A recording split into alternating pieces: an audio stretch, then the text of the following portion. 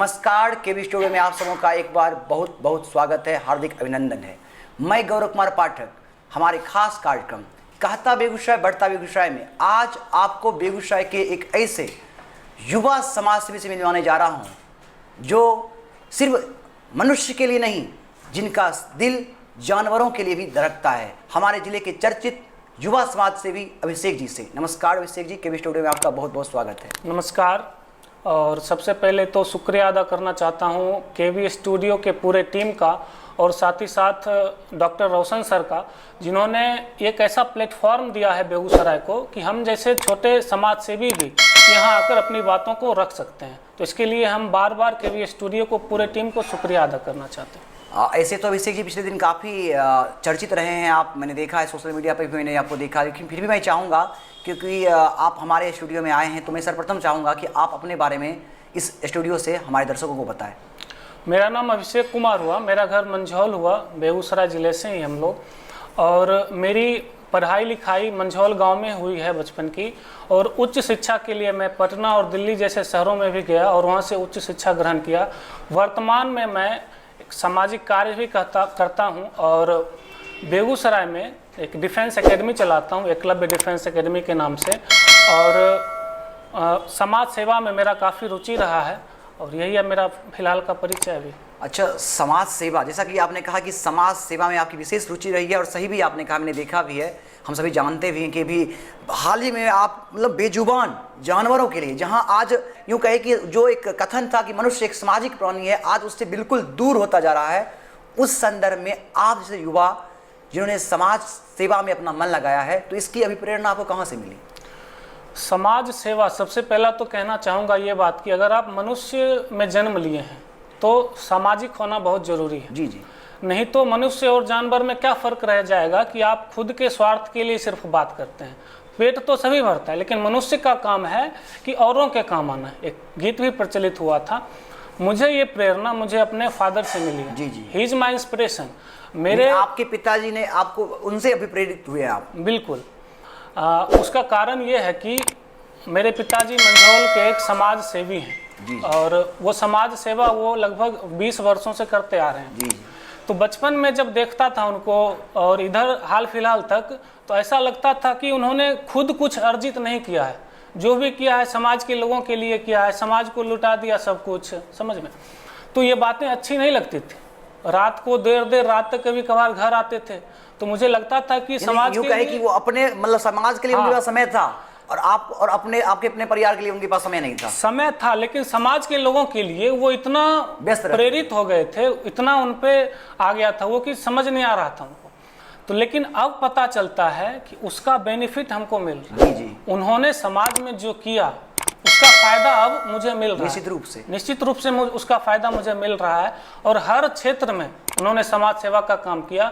तो ये प्रेरणा समाज सेवा का मुझे उनसे ही मिला है और उनका मैं बार बार शुक्रिया अदा करना चाहता हूं कि बार बार वो मुझे इंस्पायर करते रहते थे कि समाज सेवा करो, समाज सेवा करो, खुद के लिए सब जीता है, समाज सेवा करो। और इसका कारण ये है कि आज बेगूसराय और बिहार ही नहीं, पूरे देश तक मेरे काम को सराहा गया और सभी नेशनल न्यूज़ चैनल तक भी मेरा वीडियो चलाया गया था लॉकडाउन के समय। बहुत बड़ी बात कहा आपने कि निश्चित रूप से आपके पिताजी की जो, मैं उन्हें इस स्टूडियो के माध्यम से पूरे स्टूडियो परिवार की ओर से हमको धन्यवाद करता हूं और उनसे अनुरोध भी करता रहूँगा कि जो उन्होंने समाज सेवा का बीड़ा उठाया है उसमें आप लगे रहें और आप भी, आपने पिता नहीं बाढ़ें पूत पिता के धर्म में, आप भी अपने पिता के इस धर्म को आगे बढ़ाएं। हमारी ओर से, स्टूडियो की ओर से आपको बहुत बहुत शुभकामनाएं। कैसे हम जयमंगलागढ़ को एक पर्यटन स्थल के रूप में विकसित कर सकते हैं? जयमंगलागढ़ की बात करें तो जयमंगलागढ़ राजनीति का शिकार आज से नहीं वर्षों से होता चला आया है। उसका जीर्णोद्धार करना बहुत ही आवश्यक हो गया है। जयमंगलागढ़ की अगर बात करें तो उसके आसपास हजारों एकड़ जो ज़मीन है वो विवादित ज़मीन है। राज्य सरकार कहती है मेरा ज़मीन है, केंद्र सरकार कहती है मेरा ज़मीन। और सबसे बड़ी बात यह है कि मंझौल जैसे आसपास के बहुत सारे गांव ऐसे हैं जिनका पेट भरता है उससे, जिनके बच्चों की शादी होती, बेटियों की शादी होती है उससे अनाज उपजा के वो अपना पेट भरते हैं। और लगभग अभी भी जाइए आप जयमंगलागढ़ में, वहाँ पे आपको स्थिति ये है कि वहाँ की अभी फसल आपको मिलेगा गन्ने का फसल, नगदी फसल है गन्ना। तो वहाँ के किसान आजकल गन्ने का खेती करते हैं और समस्या ये हो गई है कि अभी लगभग इतना पानी वहाँ पे पूरा भरा हुआ है, पूरा कांवर क्षेत्र भरा हुआ है। उसका आने वाला परिणाम क्या होगा वो मैं बताना चाहता हूँ इस स्टूडियो के माध्यम से कि जो किसान 5 बीघा 10 बीघा 2 बीघा ही लगाए थे गन्ने का खेती, वो तो सब बर्बाद हो चुका है, सड़ गया है। और पानी इस हद तक लगा हुआ है कि अगला फसल जो बाव होगा वो भी नहीं हो पाएगा वहाँ पे। तो किसान किस स्थिति में होंगे वहाँ पे? सवाल ये नहीं है कि मंदिर के अलावे जो हजारों किसान हैं उनका जीर्णोद्धार करना। मेरा कहना कि संभावनाएं हैं पर्यटन स्थल के रूप में, चाहे वो मंदिर हो, चाहे वो कांवर झील पक्षी विहार हो। अगर पर्यटन स्थल जयमंगलागढ़ बनता है तो इससे उसमें भी रोजगार की भी संभावना बिल्कुल, इससे सबसे ज्यादा जो फायदा होगा मंझौल और आसपास के गांव के लोगों को। जी। क्योंकि अगर कोई पर्यटन स्थल होता है, विकसित होता है, तो वहां पर हजारों रोजगार की संभावनाएं बनती हैं। सरकार को इस विषय पर भी काम करना चाहिए। उसके बगल ठीक उससे कुछ दूरी पे ही गढ़पुरा, जो कि बिहार के नमक सत्याग्रह का केंद्र रहा है। गढ़पुरा हाल फिलहाल में उदय हुआ और गढ़पुरा में बाबा हरिगिरी धाम का मंदिर वो हरिगिरी धाम के रूप में भी जानते हैं। और यहाँ पर कुंवर जो है ये हमारे कृष्ण सिंह जी ने वहीं से नमक सत्याग्रह के लिए भी तो ऐतिहासिक धरोहर तो है, बस आवश्यकता इस बात की है कि उसको हम विकसित करें। और जयमंगलागढ़ एक शक्तिपीठ है और उस शक्तिपीठ को विकसित करने का जरूरत है हम लोगों को। अच्छा, जयमंगलागढ़ में प्रवासी पक्षी भी, विदेशी पक्षी भी आते हैं, क्योंकि आप बेजुबान जानवरों के लिए, पक्षियों के लिए आप हमेशा लगे हुए रहते हैं। आपके दिल में बहुत मतलब उनके प्रति बहुत चाह है, बहुत प्यार है। तो आए दिन ऐसा देखने को मिला है कि जो स्विट्जरलैंड से या अन्य देशों से जो पक्षियाँ हमारे देश में आती हैं प्रवास करने के लिए, गर्मी के दिनों में खास करके, वहाँ पर बहुत गर्मी होता है तो यहाँ पर आ जाते हैं इन मौसम में और वो कांवर में अपना विहार करते हैं। लेकिन उनकी संख्या में काफ़ी कमी हुई है, क्योंकि आप उस क्षेत्र से आते हैं। जयमंगलागढ़ में खास करके कांवर क्षेत्र की बात करें तो एक समय था जब वो क्षेत्र जलमग्न रहा करता था और वो पक्षी, वैसे पक्षियों की आप बात कर रहे हैं जो पानी में रहते थे, विषम प्रजाति के पक्षियाँ। और देखने में वो दृश्य काफी मनोरम लगता है। जी। और जब 1 जनवरी को आप जाते हो वहाँ पे, 1 जनवरी को जयमंगलागढ़ में मेला लगता है, लाखों श्रद्धालु आते हैं, शानदार और जानदार होती है। तो उस समय वो देखने में बहुत ही सुंदर दृश्य लगता था। लेकिन फिलहाल की जो स्थिति है वो बिल्कुल अलग है। और एक कुरीति है, उसका मैं उल्लेख करना चाहता हूँ। जब पक्षी आते थे तो उस समय पक्षियों का शिकार भी किया जाता था। और आज भी शायद हमें लगता है कि आज भी किसी न किसी रूप से हो ही रहा है। बिल्कुल, ये एक बहुत बड़ी बात थी। और वन विभाग जो था उतना सक्रिय रूप से नहीं काम करता था वहाँ पे। वनों की चोरी, लकड़ी चोरी, पक्षियों का शिकार, ये सब स्थानीय ग्रामीणों के द्वारा भी ऐसा कुछ कार्य किया, कुछ अपने स्वार्थ के लिए। बिल्कुल, जिसका कारण है कि आज परिस्थिति हम लोग झेल रहे हैं उसका। कोई पक्षी अब आ नहीं रहे हैं हमारे। हमने देखा है कि जब हम अपने घरों के छत पर रहते थे तो उन पक्षियों को देखते थे तो लगता था कि ये मतलब रंगीन पक्षी, अलग लगता कि और हजारों के झुंड में वो आते थे। काफी सुंदर, आपने बिल्कुल कहा, काफी सुंदर लग रहा था। लेकिन आए दिन ऐसे अब हमको वो दृश्य नहीं देखने को मिलता है। अब वो समय अब नहीं है। और समय क्या, वो परिस्थिति लोगों ने बदल दिया। फिर भी हम चाहेंगे कि आप जैसे युवा सक्रिय रहें और फिर से वो जो हमारे विदेशी पक्षी यहाँ आते थे प्रवास के लिए, फिर से वो आए, वैसा वातावरण बने। बिल्कुल, हमारी कोशिशों में, हमारे समाज सेवा के कोशिश में जयमंगलागढ़ का, क्योंकि ये बात अभिषेक जी मैंने इसलिए कहा कि मैंने देखा कि पिछले दिन जयमंगलागढ़ में ही जब वैश्विक महामारी कोरोना के दौरान लॉकडाउन लगा हुआ था, घर से बाहर कोई नहीं निकल रहा था। एक तो प्रशासन का डर, ऊपर से कोरोना संक्रमण का डर, अपनी जान का डर। यहाँ तक कि यूं कहे कि एक घर से दूसरे घर लोग जाने से हिचकिचाता था कि क्या होगा, मतलब बीमारी का एक बड़ा भयावह स्थिति बनी हुई थी। उस विषम स्थिति में भी, उस भयावह स्थिति में भी आपने अपनी जान की परवाह नहीं की। सिर्फ मानव के लिए नहीं, आप उन बेजुबान जानवरों के लिए जो बोल नहीं सकते, अपने दर्द को बयां नहीं कर सकते, आपने उन्हें खाना खिलाने के लिए पूरी सक्रियता से भूमिका निभाई। तो ये कहाँ से, ये आपके मन में, ये जहन में ये बात कहाँ से आई और ये आपने कैसे किया? जब लॉकडाउन लगा था तो सभी की भांति हम लोग भी बेगूसराय से घर चले गए, क्योंकि कोचिंग इंस्टीट्यूट सारा बंद हो गया था। तो हम लोग बेगूसराय चले गए, घर चले गए मंझौल। और मंझौल गए तो एक दिन पापा के साथ ऐसे जयमंगलागढ़ गए थे घूमने के लिए। तो वहाँ पर बंदरों और बाकी जो बकरी रहते हैं, कुत्ते रहते हैं, उनकी हालत बहुत ही ज़्यादा दयनीय हो चुकी थी। हालांकि उससे 2 दिन पहले हम जिस संगठन से, सामाजिक संगठन से आते हैं, जयमंगला वाहिनी से, और चेरिया बरियारपुर विधानसभा का प्रतिनिधित्व भी हम करते हैं इस संगठन के माध्यम से, तो संगठन ने मुझको ये जिम्मेदारी दिया कि आप वहाँ के जानवरों के बारे में कुछ सोचिए, उसके लिए कुछ करिए। तो जब वहाँ पे मैं गया तो पहले दिन तो ऐसे ही, क्या कहते हैं उसको, चना और मक्का लेके गया था, मकई लेके गया था उनके लिए। और बंदर की संख्या 100-150 के करीब थी, बाकी अन्य जानवर भी थे, बकरी और कुत्ते भी थे। तो पहला दिन तो भोजन कराया मैं, लेकिन मेरे पिताजी ने कहा कि 15 दिन तुमको लगातार इस सभी जानवरों को भोजन कराना है यहाँ पे। और मेरे ख्याल से ये है कि 15 दिन तक हम भोजन कराएंगे, फिर हमसे कुछ लोग प्रेरित होंगे तो वो आके भोजन कराएंगे। तो लेकिन जब उनको भोजन कराना हम शुरू किए, सुबह 5 बजे उठ के मेरा काम होता था कि सबसे पहले जयमंगलागढ़ जाना, वहाँ के बंदरों को और अन्य जानवरों को भोजन कराना। 5 बजे सुबह में वहाँ पहुँच जाता था और लगभग 2-2.5 घंटे तक वहाँ पे रह के एक जानवर को वहाँ बुलाता था अपने आवाज़ से, और सभी को झुंड इकट्ठा करा के उनको भोजन में कराता था। भोजन में शुरुआत में मकई, चना और अपने हाथ से रोटी, पूरी ये सब बना के मैं ले जाता था, केला वगैरह भी। तो धीरे धीरे, और जब मैं भोजन कराने लगा तो 2-4 बार क्या हुआ कि सोशल मीडिया पर हम डाले उस बात को। उसको डालने का कारण ये था कि जागरूक करना, लोग पहुंचे वहां पे।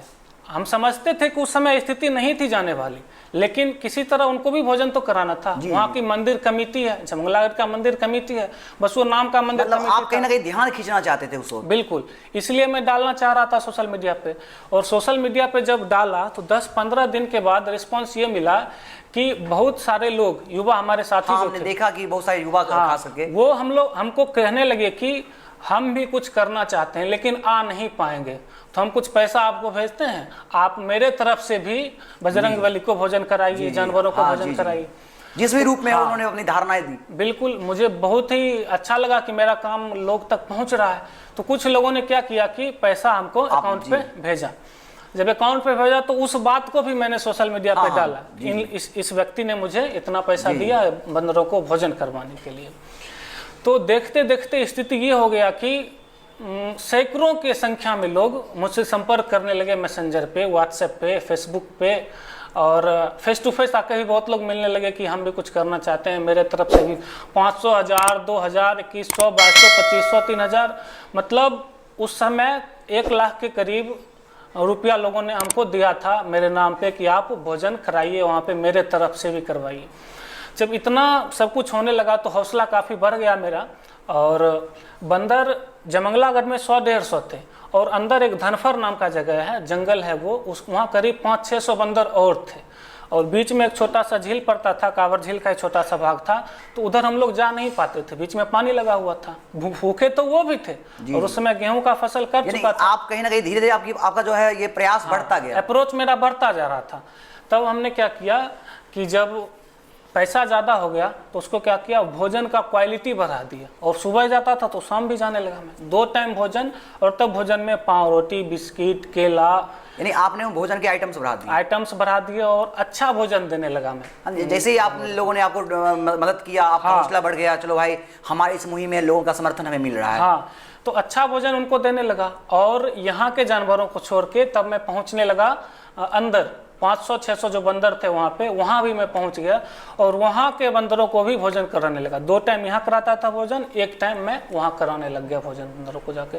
तो धीरे धीरे मेरा ये कारवां बढ़ता गया, और लोग भी हमसे, बहुत सारे लोग जुड़ते गए, और जिसका परिणाम ये था कि धीरे धीरे अखबार वाले, न्यूज़ चैनल वाले सभी ने खूब चलाया, लगभग डेली अखबार में आता रहा विज्ञापन, और काफ़ी लोगों ने सराहा मेरे काम को। और अखबार में आते आते डीडी न्यूज़ चैनल, फिर आज तक, जी न्यूज़, सभी नेशनल न्यूज़ चैनल ने भी मेरे इस प्रोग्राम को, मेरे इस काम को कवरेज किया, और लोगों, पूरे देश को दिखाया इस बात को। बहुत बहुत आभार आपका, बहुत बहुत धन्यवाद भी आपको तहे दिल से, पूरे केवी स्टूडियो की ओर से, हमारे जो डायरेक्टर साहब हैं रोशन सर की ओर से, मतलब यूँ कहें कि संपूर्ण जिलावासी की ओर से आपको इस सेवा भाव के लिए बहुत बहुत धन्यवाद आपका, कि आपने एक अलग तरह का बीड़ा उठाया है।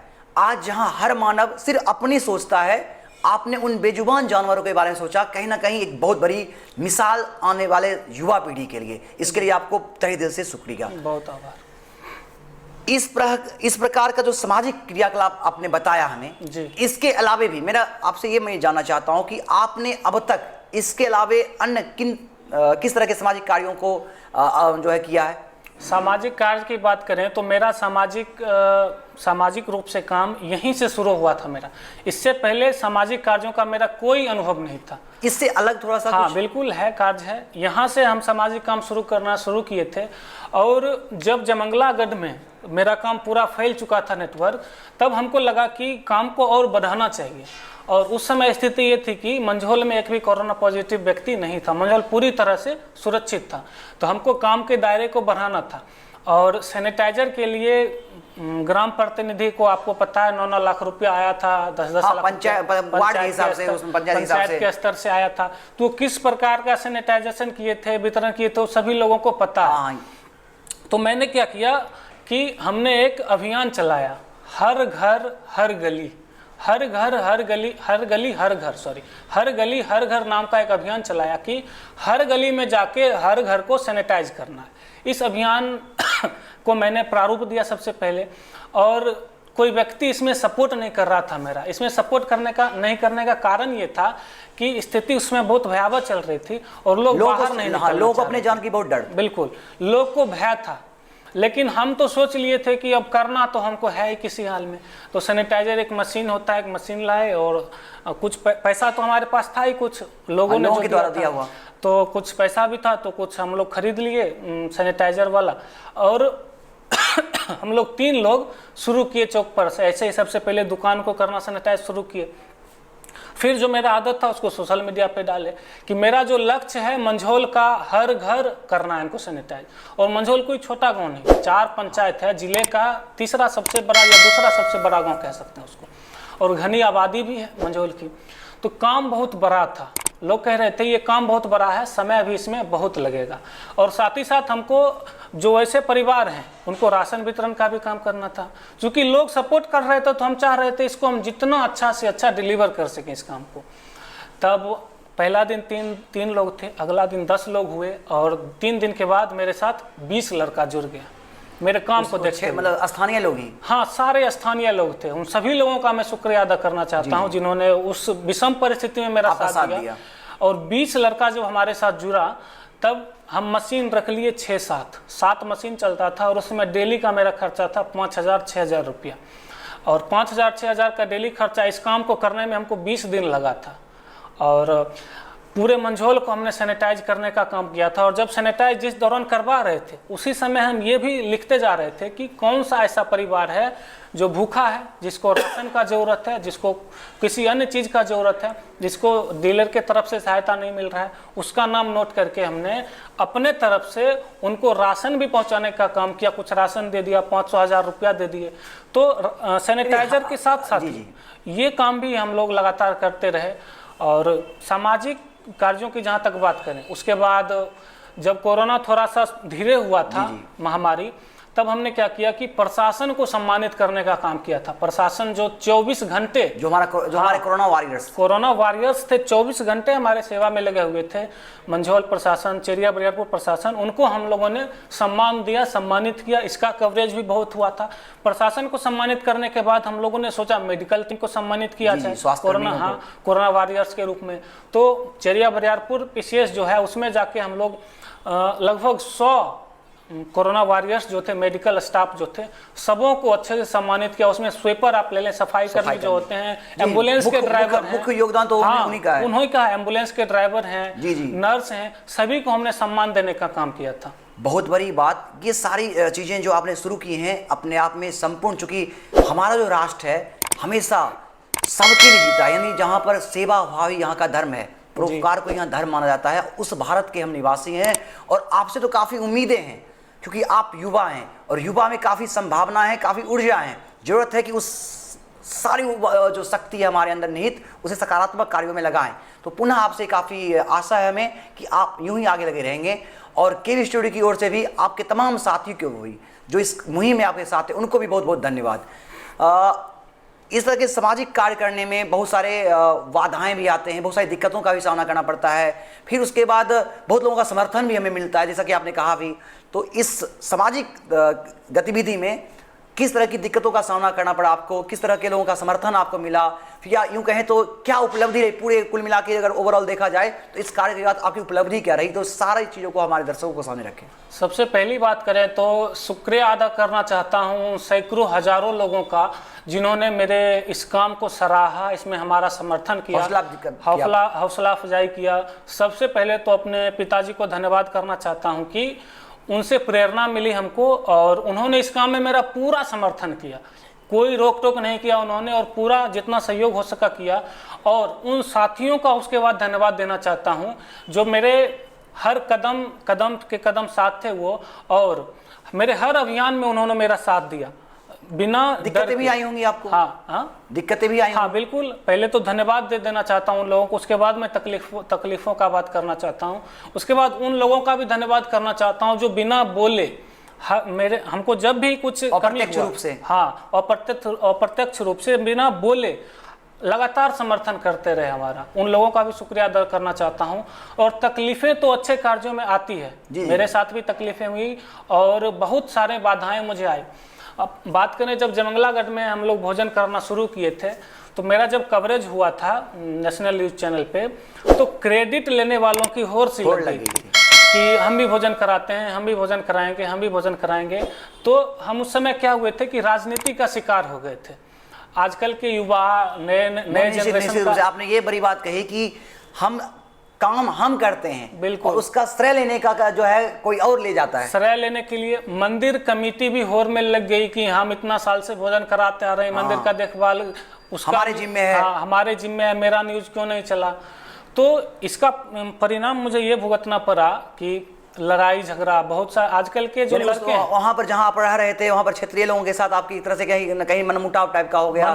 मनमुटाव हो गया, क्षेत्रीय लोगों से नहीं, कुछ ही ऐसे लोग थे जो क्रेडिट लेना चाहते थे, मतलब वहां के स्थानीय लोग जो विशेष करके जो क्रेडिट लेना चाहते थे, सभी लोगों से नहीं, खास करके उन लोगों से। उनका कहना ये था कि मेरा न्यूज क्यों नहीं चलेगा, इसका क्यों चलेगा।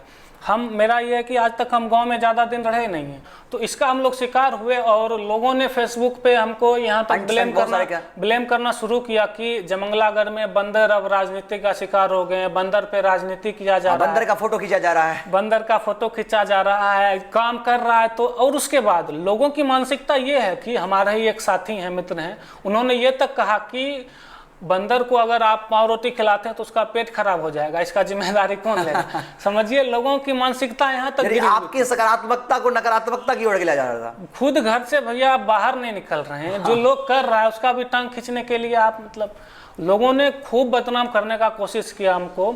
और जब सैनिटाइज कर रहे थे जिस समय, उस समय क्या होता है कि हम किसी राजनीतिक परिवेश से नहीं आते हैं, राजनीतिक संगठन नहीं है हमारा, हम जिस संगठन से हैं उसका नाम है जयमंगला वाहिनी, और जयमंगला वाहिनी एक सामाजिक संगठन, सामाजिक कार्य करता है। तो हम एक सामाजिक कार्य करना चाह रहे थे, लेकिन लोगों को उसमें राजनीति लग रहा था। हमारे जो मेंबर थे, हमारे साथ जो थे, उसमें भी कुछ ऐसे लोग आए हमारे साथ काम करने के लिए कि हो सकता है राजनीतिक फायदा मिले, आपका राजनीतिक लाभ लिया जाए। हाँ, वो राजनीतिक फायदा के लिए। लेकिन हम उनको जब बाहर निकाले अपने काम से कि नहीं, यहाँ राजनीति का कोई चर्चा ही नहीं है, तब उन्होंने अलग से बदनाम करना शुरू किया। बदनाम इस प्रकार से कर रहे थे कि लोग जो हमको पैसा दे रहे थे, चंदा एक तरह से कह सकते हैं दे रहे थे सामाजिक कार्य करने के लिए, उस पर वो सवाल उठाना शुरू कर दिया कि जो पैसा आता है उसका कोई हिसाब नहीं है। हम आपको हिसाब देंगे क्यों, जो पैसा दे रहे हैं उनको बुलाइए, हम उनको हिसाब देते हैं। यानी उजुल फुजुल की बातें करें, किसी ना किसी प्रकार से आपको मानसिक रूप से प्रताड़ित करना। और जब जयमंगलागढ़ में करा रहे थे तो एक समय ऐसा भी है कि 10-20 लड़का जुट के, नाम नहीं लेना चाहता हूँ, उस संगठन का भी नाम नहीं लेना चाहता हूँ, जुट के हमको मारने के लिए आया। लेकिन स्थिति ये हो चुकी थी कि अगर 100 लोग हैं तो उसमें 95 लोग उस समय मेरे समर्थन में था, मेरे काम को। चलिए, बहुत ही धन्यवाद। पुनः एक बार, आपने पहले कहा कि आपने यहाँ एक शिक्षण संस्थान भी, एकलव्य शिक्षण संस्थान करके यहाँ चलाया है, तो अपने इस शिक्षण संस्थान के बारे में हमें बताएं।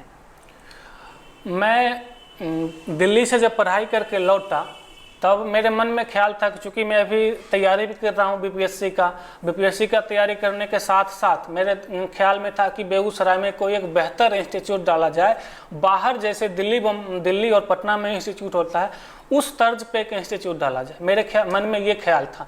तो बेगूसराय में जब हम आए तो एसएससी से रिलेटेड, रेलवे से रिलेटेड कोई कोचिंग डालने का मेरा मन था। लेकिन जब इस परिवेश के बारे में मैंने अध्ययन किया तो मुझे सबसे पहले लगा कि अगर आप कोई बच्चा 12th पास आउट होता है, 12th पास आउट होने के बाद अगर वो बच्चा बहुत ही बढ़िया है पढ़ने में, तो उसका अप्रोच होता है या तो मेडिकल या तो इंजीनियरिंग। ये दोनों क्षेत्र अगर छूट जाता है तब बचता है तीसरा लाइन डिफेंस का। और डिफेंस लाइन में बहुत सारी संभावनाएं हैं। अभी आप आर्मी की बात कर लें, हजारों युवा करते हैं तैयारी, एयरफोर्स, नेवी, एनडीए, और इस प्रकार का एक भी कोचिंग संस्थान हमारे बेगूसराय जिला में नहीं था जो बच्चों को डिफेंस का तैयारी करा सके। तो मेरे मन में ये ख्याल आया कि क्यों ना डिफेंस का कोचिंग एक डाला जाए। तो मुकुंद सर हैं हमारे साथी हैं, दोनों मिलकर जो इंस्टीट्यूट खोले हम लोगों ने, तो सोचा एक डिफेंस का कोचिंग हम लोग तैयार करें। कितने दिन पहले शुरू किया आपने ये संस्थान ये को? लगभग 7 महीना अभी हुआ है इस इंस्टीट्यूट को खोले हुए। हाँ, बिल्कुल नया इंस्टीट्यूट है ये। और जब इसको खोलने का प्रयास किया हम लोग, तो इसको उस तर्ज पर खोलना था कि बाहरी जो बच्चे यहाँ से, आप मान लिया जाए आपको एयरफोर्स का तैयारी करना है, तो यहाँ से आप पटना जाएंगे, यहाँ तो संभव नहीं है तैयारी करना, क्योंकि कोचिंग पटना में है, तो यहाँ के बच्चे क्या करेंगे? उनको पटना जाना पड़ता था, वहाँ रूम लेके रहना है, फिर तैयारी करना है, फिर आना है। तो हम लोग क्या किए कि यहाँ पर एक ऐसा कोचिंग खोला जाए। तो एकलव्य डिफेंस एकेडमी मेरा इंस्टीट्यूट है, हेमरा में है। और इंस्टीट्यूट की खासियत ये है कि हम लोग सिर्फ पढ़ाते ही नहीं हैं, पढ़ाई के साथ साथ आपका फिजिकल ट्रेनिंग भी हम लोग करवाते हैं।